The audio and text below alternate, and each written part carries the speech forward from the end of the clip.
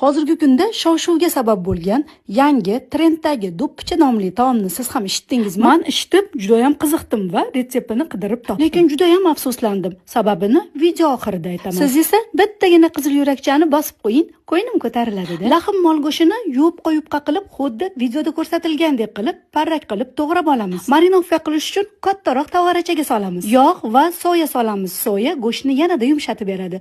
Tuz, paprika, zira, xohishga ko'ra xohlagan ziravorlarni solib, go'shtni yaxshilab aralashtiramiz. Qizigan tovaga go'shtni solib, qovurishda davom etamiz. Go'shtni suvi chiqqandan so'ng tandir nonni qo'yamizda, ikki tarafini go'shtni suviga botirib olamiz. Voy, buni mazasini sizlarga ta'riflashga tilojiz.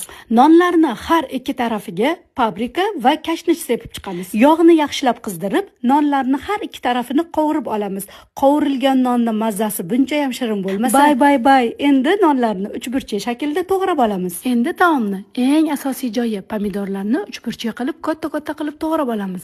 Qizib turgan yog'da qovurib olamiz. Qovurilgan go'shtni suvi bilan birga pomidorni ustiga solib, 3-4 daqiqa baland olovda qovurib olamiz. Bunday mazali, ko'rinishi ham antiqa bo'lgan taomni nega avvalroq tayyorlamaganimga afsuslandim. Agar sizga ham retsept yoqqan bo'lsa, yaqinlaringizga yuborib qo'ying. Sahifamga o'tsangiz, bundan da ko'p retseptlarni